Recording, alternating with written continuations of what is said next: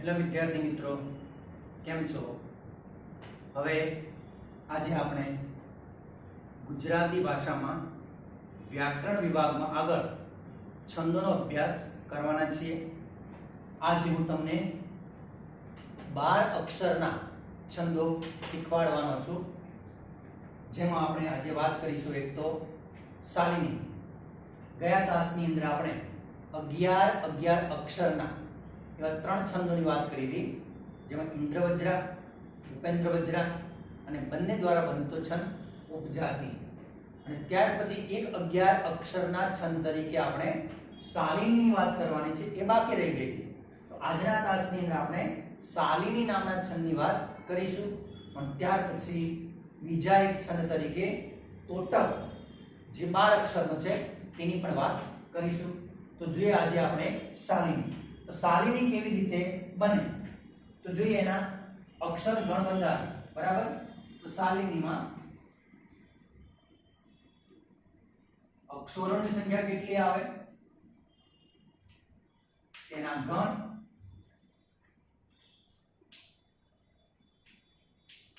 બંધારણ અને યતિનું સ્થાન ક્યાં આવશે. બરાબર? તો કે શાલિની છંદ, તો શાલિની છંદની અંદર આવતા અક્ષરોની સંખ્યા 11 માનવામાં આવે છે. 11 અક્ષરની કોઈ કાવ્ય પંક્તિ કે ચરણ આપેલું હોય તો આપણા મનમાં પ્રશ્ન થાય, ઇન્દ્રવજ્રા, ઉપેન્દ્રવજ્રા, ઉપજાતિ કે પછી શાલિની.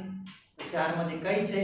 તો આપણે તમને આ છંદોને સરળતાથી યાદ રાખવા માટે મેં તમને કહેલું છે કે પહેલો ગણ ને છેલ્લો ગણ જોવાનો.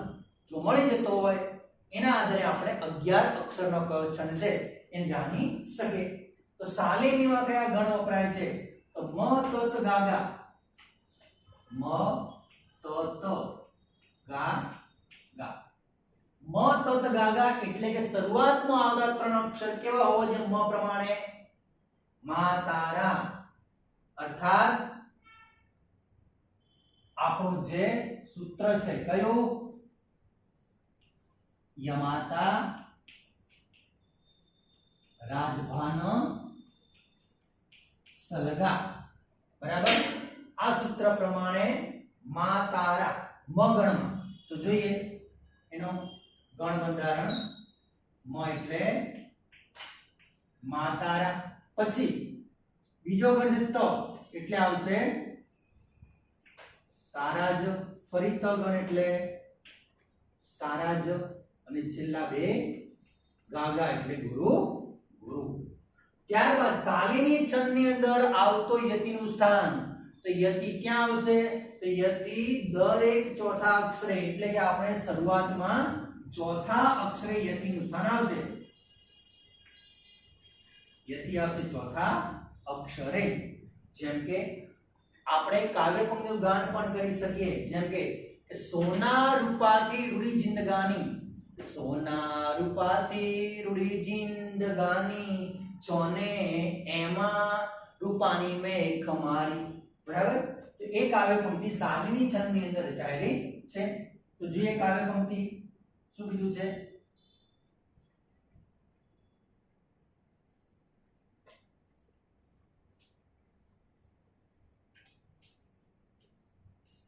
સોના રૂપાની રૂડી,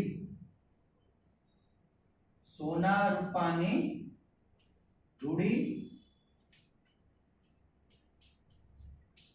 જિંદગાની, છોને એમાં રૂપાની મેઘ મારી. છોને એમાં રૂપાની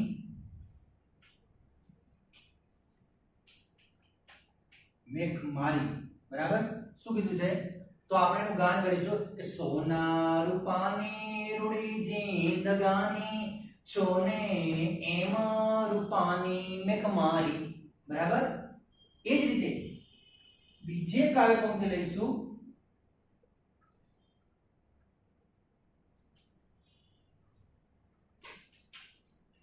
દીઠા તેણે વૃંદ યોગીશ્વરોના.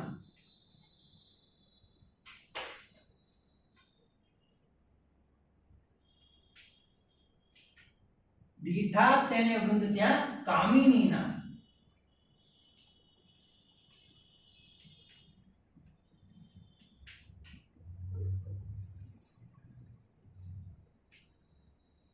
વૃંદ ત્યાં કામિની.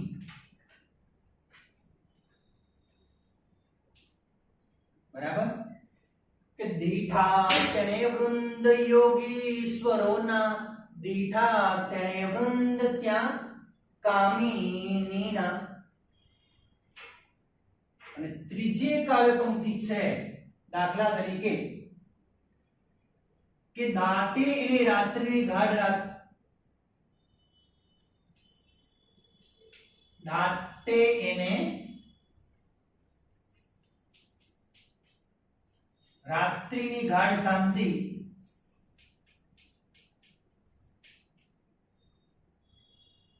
જીવું કોઈ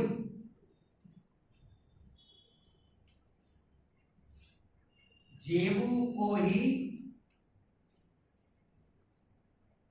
હિમ પ્રલયમાં બાળપંખી, બાળપંખી દટાયું. અહીંયા શું કહ્યું છે?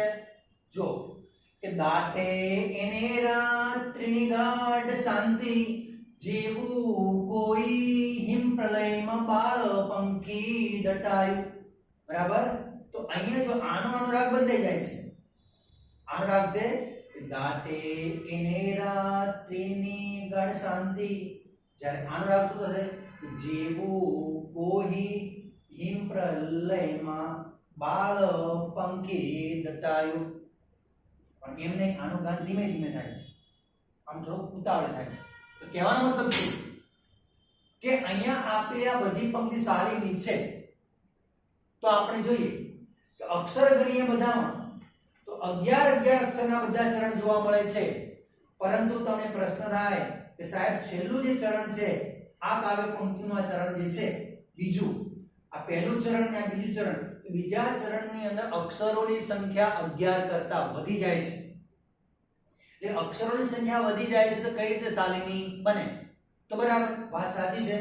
તો પહેલા ચરણના અક્ષર કેટલા છે? 1 2 3 4 5 6 7 8 9 10 ને 11. ચલો પહેલું ચરણમાં 11 અક્ષર છે. તો અહીંયા માતારા તારાજ તારાજ ગાગા પ્રમાણે બને છે. આપણે કહ્યું હતું શરૂઆતમાં જ ચલાવતી વખતે કે આપણે પહેલા 3 અક્ષર ને છેલ્લા 3 જોવાના. તો પહેલા 3 ગુરુ અને છેલ્લા 3 લઘુ ગુરુ આવવા જોઈએ. તો પહેલા 3 ગુરુ દા તે એ, ચલો એ ગુરુ થાય છે. લઘુ ગુરુ ગુરુ થાય છે. ચલો આ પંક્તિઓ શાલિની પ્રમાણે બને છે. પછી તારાજ તારાજ જોઈએ તો પણ થઈ જશે તારાજ તારા. બરાબર એ પ્રમાણે થાય છે. પણ બીજું ચરણ જે છે આ બીજી પંક્તિ એમાં અક્ષરોની સંખ્યા વધી જાય છે. જો એવું માનીએ કે પહેલા 3 અક્ષર ગુરુ, તો ચલો પહેલા 3 અક્ષર કદાચ ગુરુ તો ગુરુ ગુરુ ગુરુ આવે છે મ ગણ પ્રમાણે. બરાબર. પણ અક્ષર કેટલા છે? તો 17. તો 17 અક્ષર હોય તો શાલિની તો બને જ નહીં. કારણ કે કવિએ જે આ કાવ્ય પંક્તિ રચના કરેલી છે તેમણે આ કાવ્ય બે છંદમાં રચ્યું છે. એક તો શાલિની અને બીજું 17 અક્ષરમાં. તો 17 અક્ષર વાળો છંદ કયો છે? તો આપણને આગળ 4 છંદોની આપણે વાત કરી એમાંથી કોઈ એક હોઈ શકે. તો જોઈએ તેને શરૂઆતના 3 અક્ષર ગુરુ છે, શરૂઆતના 3 ગુરુ એક સાથે આવે તો શું આવશે? 3 ગુરુ ક્યાં હોય? ગુરુ ગુરુ ગુરુ આ 3 એક સાથે જોવા મળે. મા તારા એટલે ગણ કયો થઈ ગયો? મ. તો મ ગણ 17 અક્ષરમાં ક્યાં આવે?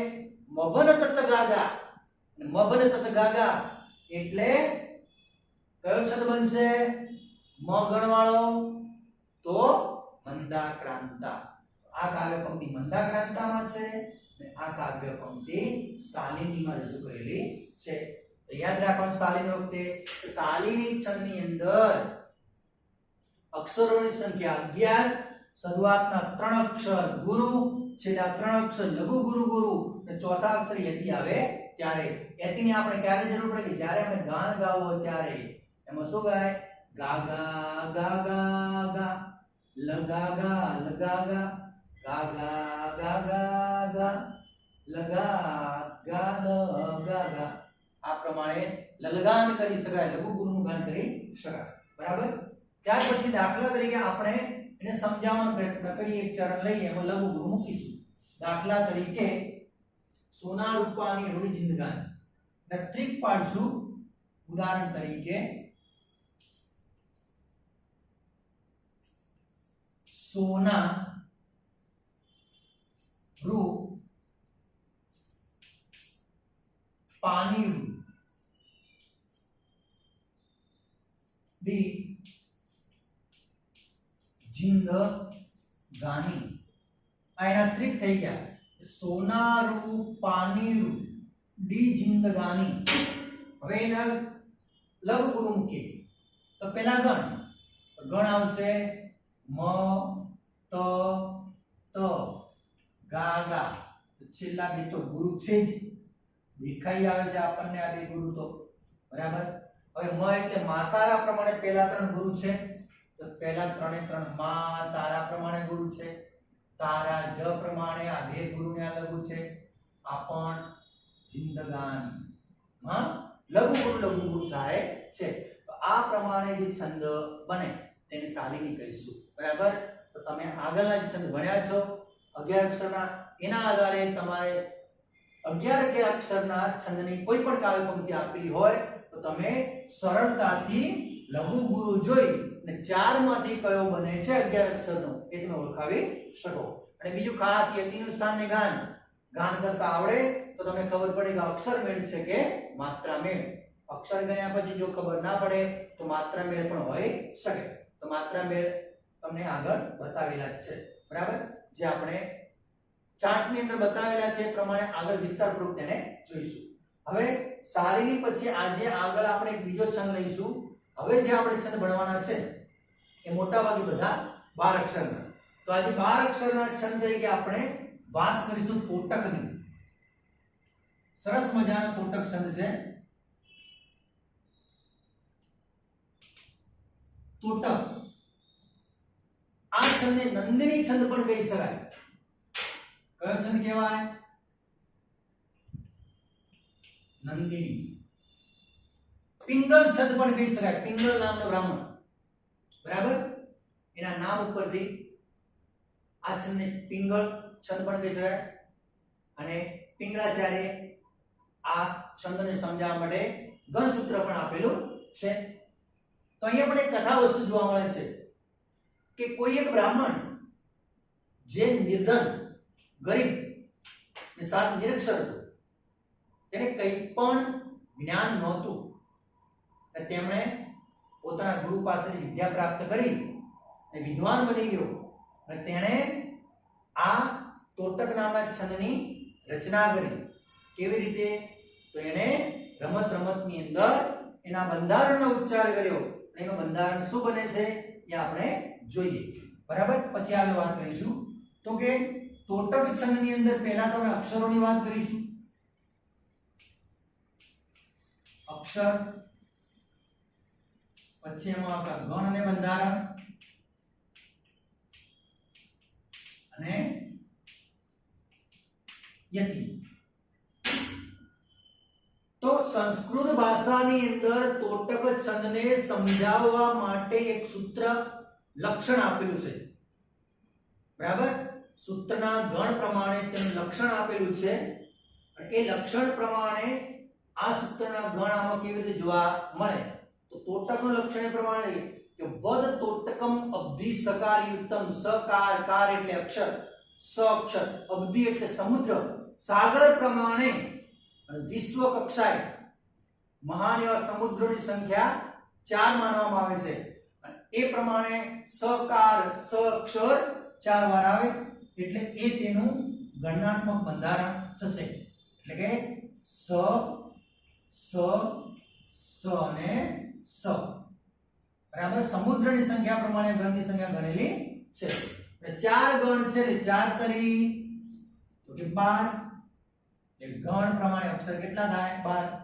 અને એનું જે લક્ષણ છે વદ તોટકમ અબ્ધિ સકાર યુક્તમ, જો એના અક્ષર તમે ગણો તો લક્ષણના આધારે સંખ્યા મળી જાય. સંસ્કૃત ભાષાની અંદર જે છંદ છે એ ખૂબ જ સરળ પડે તમને, કારણ કે જ્યારે તમે પ્રશ્ન લખો તોટક વિશે તો લક્ષણ ઉપરથી તમે અક્ષર ગણી શકો, ગણ પણ બનાવી શકો, એમાં બંધારણ પણ તમે મૂકી શકો અને યતિનું સ્થાન ક્યાં છે એ એના લક્ષણ પરથી ગોતી શકાય. તો અહીંયા આપણે તોટકની આગળ વાત કરીએ તો તોટકની અંદર 12 અક્ષર, એના ગણ છે સ સ સ સ, 4 વાર સ ગણાવશે. બંધારણ તો બધામાં સરખું બનશે 3 અક્ષરનું, સ ઉપરથી સલગા. બંધારણ શું બનશે? સલગા સલગા સલગા સલગા. અને એનો લઘુ ગુરુ પ્રમાણે ગાન કરીએ તો શું આવે? લઘુ લઘુ ગુરુ એટલે લઘુનો લ, ગુરુનો ગ. તો લલગા લલગા લલગા લલગા, લઘુ લઘુ ગુરુ, બે લઘુ એક ગુરુ. ચારે ચાર ત્રિકની અંદર બે લઘુ એક ગુરુ થાય ત્યારે તોટક છે એકદમ સરળ. અક્ષરમાં તમે લઘુ ગુરુ મૂકો ડાયરેક્ટ તો લઘુ લઘુ ગુરુ, લઘુ લઘુ ગુરુ, લઘુ લઘુ ગુરુ, આ પ્રમાણે લઘુ ગુરુ આવતા હોય ત્યારે તોટક છંદ બને. સંસ્કૃત ભાષાની અંદર આ તોટકને યાદ રાખવા માટે તોટક છંદના રચયિતા માની જેમનું નામ વલ્ભાચાર્ય. વલ્ભાચાર્ય કાવ્ય લખેલું છે તોટક છંદની અંદર, બરાબર, જે તોટકાચાર્ય પણ કહી શકાય, કારણ કે તોટક છંદની ઉપર વલ્ભાચાર્યની ખૂબ જ સારી પકડ રહેલી છે. તેમણે 12 અક્ષરના ચરણવાળા કાવ્યો લખેલા છે. એટલે આપણે આગળ વાત કરતા હતા કે નિરક્ષર બ્રાહ્મણે પોતાના ગુરુ પર જ્ઞાન પ્રાપ્ત કરી અને વિદ્વાન થઈ અને તોટક નામના છંદની રચના કરેલ છે. તેથી તેમને તોટકાચાર્ય તરીકે ઓળખવામાં આવે છે. યતિનું સ્થાન આવશે દરેક ત્રીજા અક્ષરે. એક સંસ્કૃત ભાષાની કાવ્ય પંક્તિ આપણે લઈએ અહીંયા દાખલા તરીકે, જેથી તમને ખ્યાલ આવી જશે કે એનું ગાન કેવી રીતે થાય.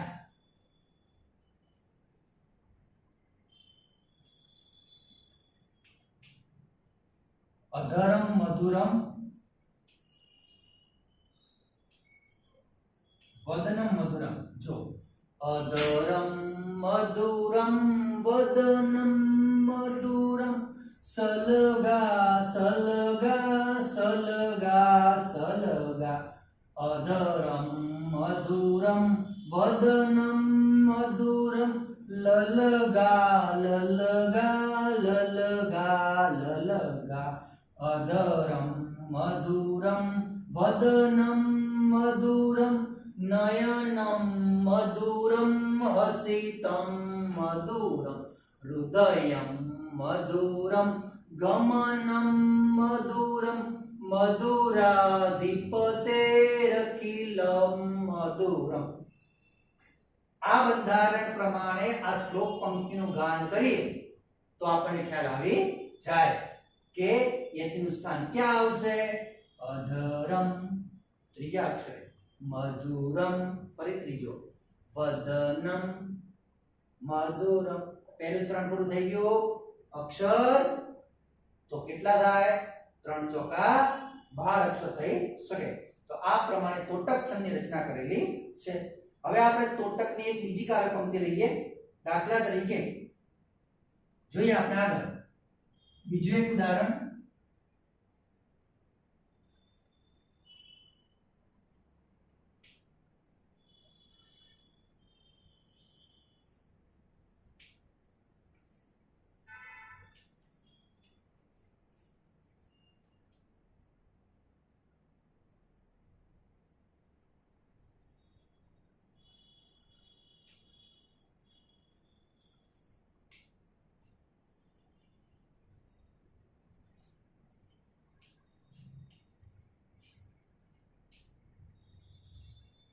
હવે જો આ જે કાવ્ય પંક્તિ છે તોટકની અંદર રચાયેલી છે, એના અક્ષર તો 1 2 3 4 5 6 7 8 9 10 11 12. બીજું ચરણ 2 3 ને 2 5 ને 6 7 8 9 10 11 ને 12. આ પ્રમાણે પ્રમાણે જ કાવ્યગાન આ પંક્તિનો આપણે કરી શકીએ. કેવી રીતે કે મનમોહન સુંદર સાવરિયા મુજને કરી તે પ્રભુ બાવરિયા. મનમોહન સુંદર સાવરિયા મુજને કરી તે પ્રભુ બાવરિયા. બરાબર. તો આ પ્રમાણે સલગા પ્રમાણનું ગાન કરવામાં આવે છે. આ જે કાવ્ય પંક્તિ છે એ તોટક છંદની અંદર રજૂ કરવામાં આવેલી છે. ત્યાર પછી એક બીજી કાવ્ય પંક્તિ લઈએ. દાખલા તરીકે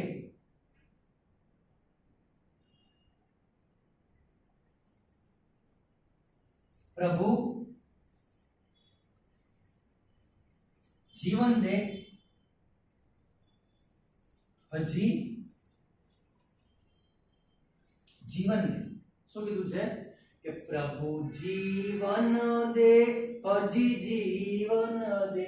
પ્રભુ જીવન દે હજી જીવન દે. આ પ્રમાણે કાવ્ય પંક્તિનું ગાન થાય. ત્યાર પછી આગળ આપણે બીજી એક બે પંક્તિ લઈશું એટલે તમને સરળતાથી ખ્યાલ આવી જાય કે તોટક છંદ કેવી રીતે બને છે. તો જોઈએ જે બીજી કાવ્ય પંક્તિ. દાખલા તરીકે કાવ્ય પંક્તિ છે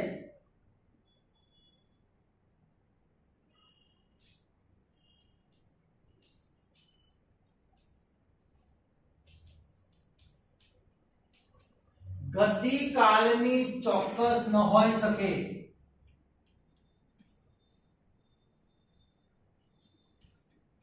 ગતિ કાળની ચોક્કસ ન હોઈ શકે. ભરતી પછી ઓટ. ભરતી પછી ઓટ જ હોય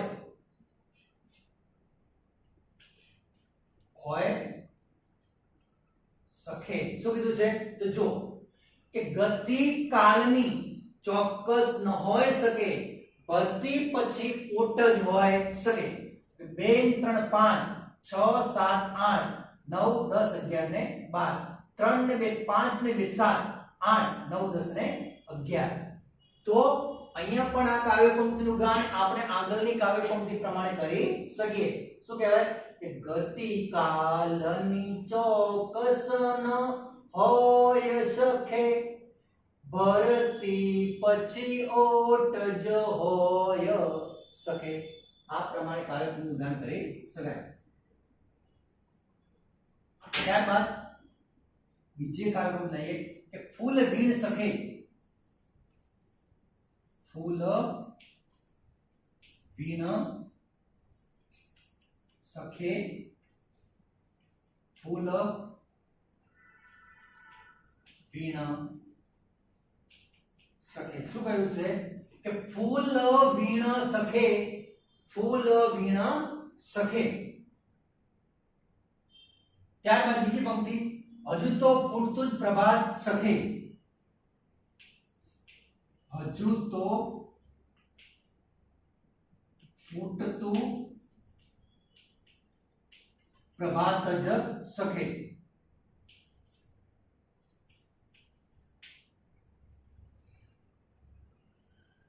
પ્રભાત સખે કે ફૂલ વીણ સખે.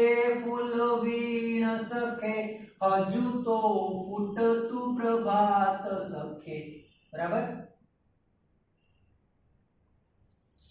ફરી તો આ પ્રમાણે કાવ્ય પંક્તિનું ગાન કરવામાં આવે ત્યારે અક્ષરોની સંખ્યા પણ જોડે જોડે ગણી લેવાની. અક્ષર સંખ્યા પ્રમાણે આ કાવ્ય પંક્તિ બનશે.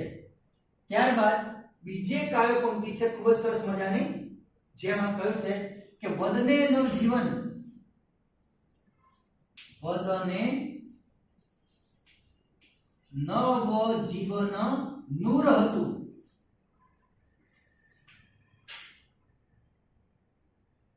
વદને નવ જીવન નૂર હતું. નયને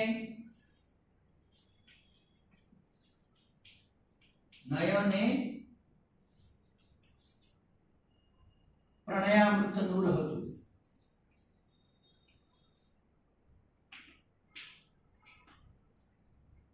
એ જ રીતે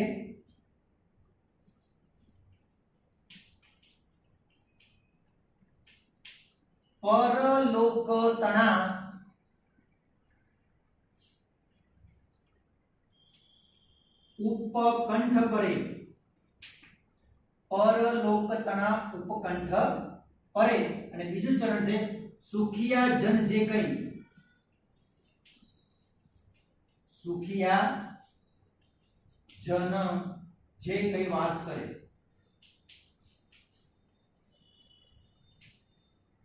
બરાબર. 4 5 6 7 8 9 10 11 12 3 6 7 8 9 10 11 ને 12.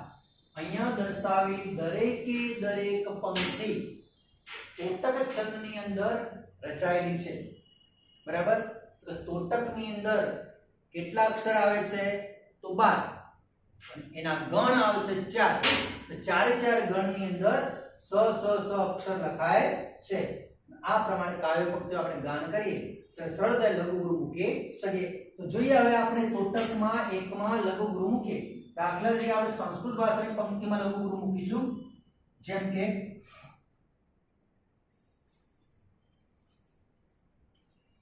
અધરમ મધુરમ વદનમ મધુરમ. એટલે પડી ગયા. ગણ મૂકીશું સલગા પ્રમાણે ચારે ચાર માં સ આવશે. સલગા પ્રમાણે શું આવશે સલગા. અનુસ્વાર બધામાં કઠોર છે એટલે અનુસ્વારની જગ્યાએ બધામાં ગુરુ આવે. પણ જો તમારે બીજી કોઈ પંક્તિ લેવી હોય તો લઈ શકો. બરાબર. અહીંયા શું કહ્યું છે ગતિકા લની ચો કસ ન હોય શકે. એ જોડાક્ષર છે એટલે તમને ગણતરીમાં ભૂલ પડે. પણ દાખલા તરીકે આપણે અહીંયા લખો ગુરુ કે વદને નવ જીવન નૂર હતું કે વદને નવ જીવન નૂર હતું નયને પ્રણયામૃત નૂર હતું. તો વદન ની અંદર શું આવશે વદને. અહીં લઘુ લઘુ ગુરુ, અહીં લઘુ લઘુ ગુરુ, લઘુ લઘુ ગુરુ, લઘુ લઘુ અને ગુરુ. આ પ્રમાણે આપણે આ કાવ્ય પંક્તિને સરળતાથી સમજાવી શકીએ. બરાબર. અને ત્રણ અક્ષરના તરીકા પ્રમાણે બનશે. તો અહીંયા આજે આપણે ગયા તાસની અંદર 11 અક્ષરના છંદોની અંદર શાલિની ભણવાનો હતો. એ શાલિની વાત કરી. ત્યાર પછી આજે આપણે 12 અક્ષરના એવા 4 કે 5 છંદ ભણવાના છે, જેમાં આજે આપણે તોટકની વાત કરી. ત્યાર પછી આપણે બીજા ઘણા બધા છંદ છે એની વાત આપણે આવતા તાસની અંદર કરીશું. ત્યાં સુધી ગુડ બાય, ટેક કેર.